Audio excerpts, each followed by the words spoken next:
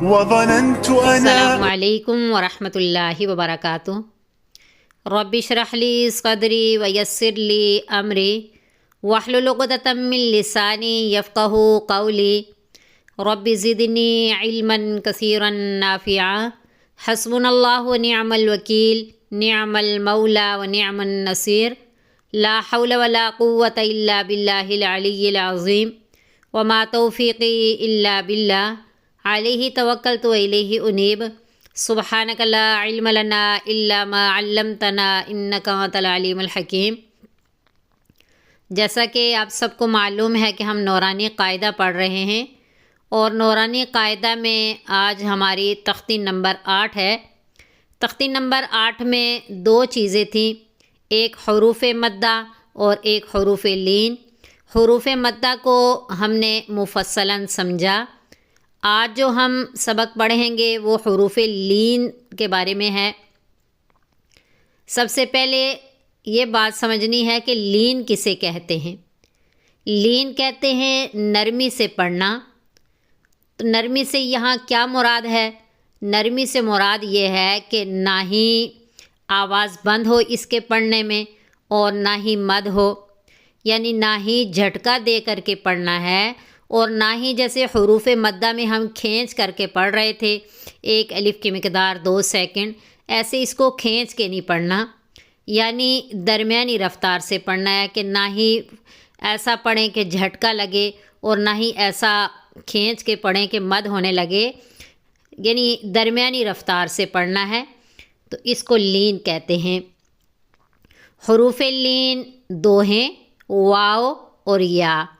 تو یہ کب لین ہوتے ہیں؟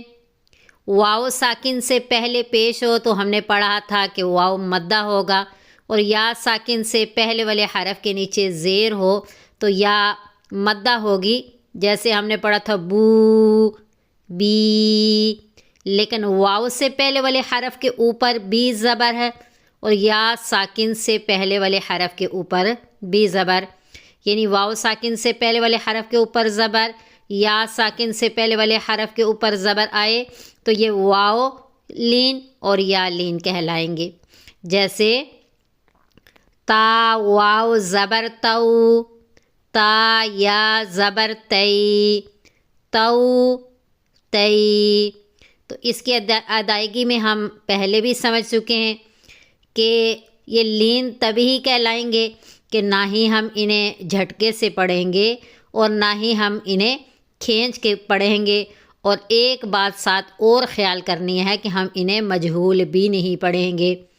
مجہول اردو میں یہ جو لین ہے اردو میں مجہول پڑھا جاتا ہے، جیسے نورین لفظ ہے نا، نورین میں نو جو ہے نا، نو، نون واو زبر نو، اردو میں جب پڑھا جائے گا تو مجہول پڑھا جائے گا، لیکن جب اسے عربی میں ہم پڑھیں گے تو تب اسے مجہول نہیں ہونے دیں گے، معروف طریقے سے پڑھیں گے، یعنی عربی لہجے میں پڑھیں گے، عجمی لہجے میں نہیں پڑھیں گے۔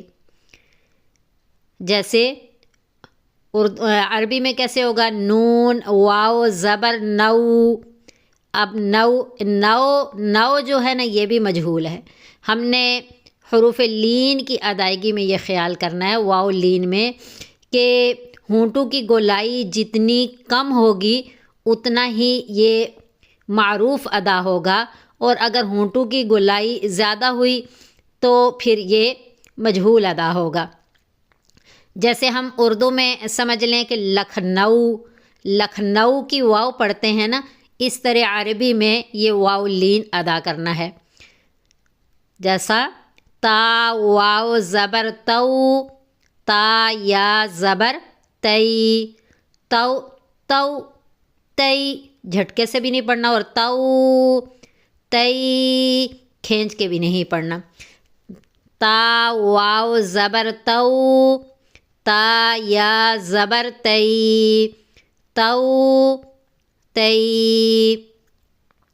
یعنی ہم نے یہ بات سمجھی کہ حروف لین نہ ہی جھٹکے سے پڑھے جاتے ہیں اور نہ ہی ان پہ مد ہوتی ہے، اور حروف لین 2 ہیں، واو اور یا۔